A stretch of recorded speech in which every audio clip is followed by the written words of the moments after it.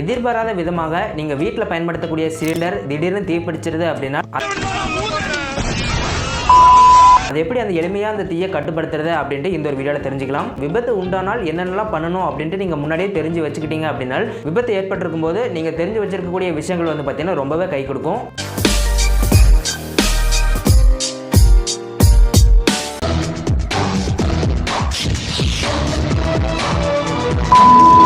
First method, சிலிண்டர்லேருந்து அந்த வெளியே போகக்கூடிய ஓஸில் வந்து பார்த்தீங்க அப்படின்னா அதனுடைய கடைசி பகுதியில் தீப்பிடிக்குது அப்படிங்கிற பட்சத்தில் நீங்கள் என்ன பண்ணணும் அப்படின்னு பார்த்தீங்கன்னா உடைய கட்டை விரலை யூஸ் பண்ணி நீங்கள் டக்குன்னு வந்து பார்த்தீங்கன்னா அந்த ஒரு ஓஸினுடைய எண்டு பகுதி வந்து அமுத்தி பிடிச்சிக்கலாம். அப்படி ஒரு 3 செகண்ட் அமுத்தி பிடிச்சிட்டு அதுக்கப்புறம் வந்து பார்த்தீங்கன்னா நீங்கள் ரெகுலேட்டர் வந்து ஆஃப் பண்ணிட்டீங்க அப்படின்னா அந்த தீ வந்து பார்த்தீங்கன்னா எளிமையாக கட்டுப்படுத்திடலாம். ரெண்டாவது மெத்தட், ரெகுலேட்டர்னுடைய அவுட்புட்லேயே வந்து பார்த்தீங்க அப்படின்னா அதாவது ஓஸு போடுறதுக்கு முன்னாடி அந்த அவுட்புட்லேயே வந்து பார்த்தீங்கன்னா அந்த ஒரு நாசியில் தீ பிடிச்சிருது அப்படிங்கிற பட்சத்தில் நீங்கள் வந்து பார்த்தீங்கன்னா அதே மெத்தட் தான், அந்த கட்டை விரல் யூஸ் பண்ணி நீங்கள் வந்து அந்த நாசில் வந்து நீங்கள் அமுத்தி பிடிச்சிட்டு உடனே வந்து பார்த்தீங்கன்னா நீங்கள் ரெகுலேட்டர் ஆஃப் பண்ணிட்டீங்க அப்படின்னா அதனால் உருவாக இருக்கக்கூடிய தீ வந்து ஈஸியாக வந்து நீங்கள் அணைச்சிட முடியும்.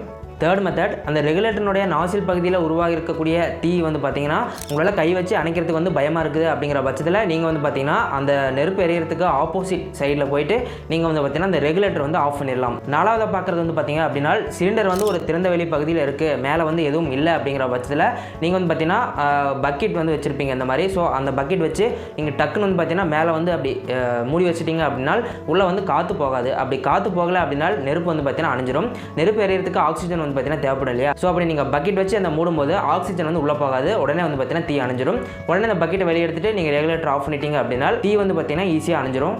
அஞ்சாவது மெத்தட், இந்த ஒரு மெத்தட் வந்து பார்த்தீங்கன்னா ரொம்பவே யூஸ்ஃபுல்லாக இருக்கும் அப்படின்னு சொல்லலாம். மேக்ஸிமம் மெம்பர்ஸ் இந்த மாதிரி ஒரு மெத்தட் தான் யூஸ் பண்ணுவாங்க. என்ன அப்படின்னு கேட்டிங்கன்னா அதாவது உங்கள் வீட்டில் இருக்கக்கூடிய பெட்ஷீட் அல்லது அரிசி சாக்கு, அதாவது சணல் பைன்னு சொல்லுவாங்க. ஸோ அது இருந்தது அப்படிங்கிற பட்சத்தில் அதை வந்து ஒரு 5 செகண்ட் நீங்கள் நல்லா தண்ணியில் போட்டு உங்களுக்கு வச்சுட்டிங்க அப்படின்னா அது ஈஸியாக வந்து பார்த்தீங்கன்னா வாட்டர் வந்து அப்சர்வ் பண்ணிக்கும். அதுக்கப்புறம் உடனே எடுத்துகிட்டு போய் அந்த சிலிண்டர் மேலே போற்றி விட்டு ஒரு சுற்று அப்படியே ரவுண்ட் விட்டுட்டிங்க அப்படின்னா உங்களுக்கு வந்து பார்த்தீங்கன்னா அந்த நேரத்தில் தீ வந்து வாட்டர் இருக்கிறதுனால நமக்கு வந்து தீ வந்து அணைஞ்சிரும். உடனே வந்து பார்த்தீங்கன்னா அந்த ஒரு பெட்ஷீட் அல்லது அந்த சணல் சாக்கு வந்து நீங்கள் ரிமூவ் பண்ணிட்டு ரெகுலேட்டர் வந்து பார்த்தீங்கன்னா ஆஃப் பண்ணிடலாம். இப்படி பண்ணீங்க அப்படின்னா உங்களுக்கு தீ வந்து எளிமையாகவே கட்டுப்படுத்திடலாம். ஆறாவது மெத்தட், அந்த சாக்கு போட்டும் தீ வந்து அணையல அப்படிங்கிற பட்சத்தில் நீங்கள் வந்து பார்த்தீங்கன்னா மணல் அல்லது மண், செம்மண் சொல்லுவாங்க. ஸோ அந்த மண்ணை நீங்கள் எடுத்து மேலே அள்ளி நீங்கள் கொட்டிட்டீங்க அப்படிங்கிற பட்சத்தில் அந்த நேரத்துலையும் வந்து பார்த்தீங்கன்னா தீயை வந்து ஈஸியாக கட்டுப்படுத்திட முடியும். இந்த 6 மெத்தடும் வந்து பார்த்தீங்க அப்படின்னா சிலிண்டர்லேருந்து தீ பிடிச்சிருது அப்படிங்கிற பட்சத்தில் அதை அணைக்கிறதுக்கு இந்த மாதிரி மெத்தட் வந்து பார்த்தீங்கன்னா சிம்பிளான மெத்தட் ரொம்பவே வந்து பார்த்தீங்கன்னா யூஸ்ஃபுல்லாக இருக்கும். இதெல்லாம் பண்ண முடியாது அப்படின்ட்டு நினச்சிங்க அப்படின்னா ஃபயர் எக்ஸ்டிங்வைசர் அப்படின்ட்டு சேல் பண்ணிருப்பாங்க. அதாவது சிலிண்டர் இருக்கும், தீ அணைக்கக்கூடிய சிலிண்டர் வந்து வச்சுருப்பாங்க. ஸோ அது வந்து 1 kg வந்து பார்த்தீங்க அப்படின்னா 1000 rupeesக்கு கம்மியாக தான் இருக்கும். ஸோ அந்த மாதிரி சிம்பிளான சிலிண்டர் வந்து நீங்கள் வாங்கி வச்சுட்டீங்க அப்படின்னா அது வந்து பார்த்தீங்கன்னா தீ பிடிச்சிருக்கும் போது அணைக்கிறதுக்கு வந்து பார்த்தீங்கன்னா அந்த ஒரு சிலிண்டரும் ரொம்ப யூஸ்ஃபுல்லாக இருக்கும்.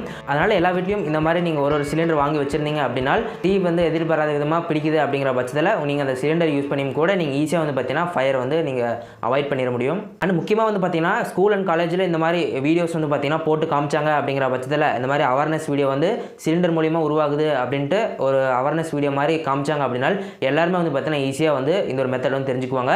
ஸோ வீட்டில் ஒரு 4 பேர் இருக்கும் அப்படின்னா ஒருத்தர் மறந்துட்டா இன்னொருத்தர் வந்து பார்த்தீங்கன்னா அந்த ஒரு ஐடியா கொடுத்து டக்குன்னு வந்து பார்த்தீங்கன்னா தீ அணைக்கிறதுக்கு ரொம்பவே வந்து பார்த்தீங்கன்னா ஹெல்ப்ஃபுல்லாக இருக்கும். இந்த ஒரு வீடியோ உங்களுக்கு நிச்சயமாக பயனுள்ளதாக இருந்திருக்கும் அப்படின்னு நம்புகிறேன். இந்த வீடியோ உங்களுக்கு பிடிச்சிருக்கு அப்படின்னா லைக் பண்ணுங்கள், மறக்காமல் நம்மளுடைய சேனலுக்கு சப்ஸ்கிரைப் பண்ணிக்கோங்க.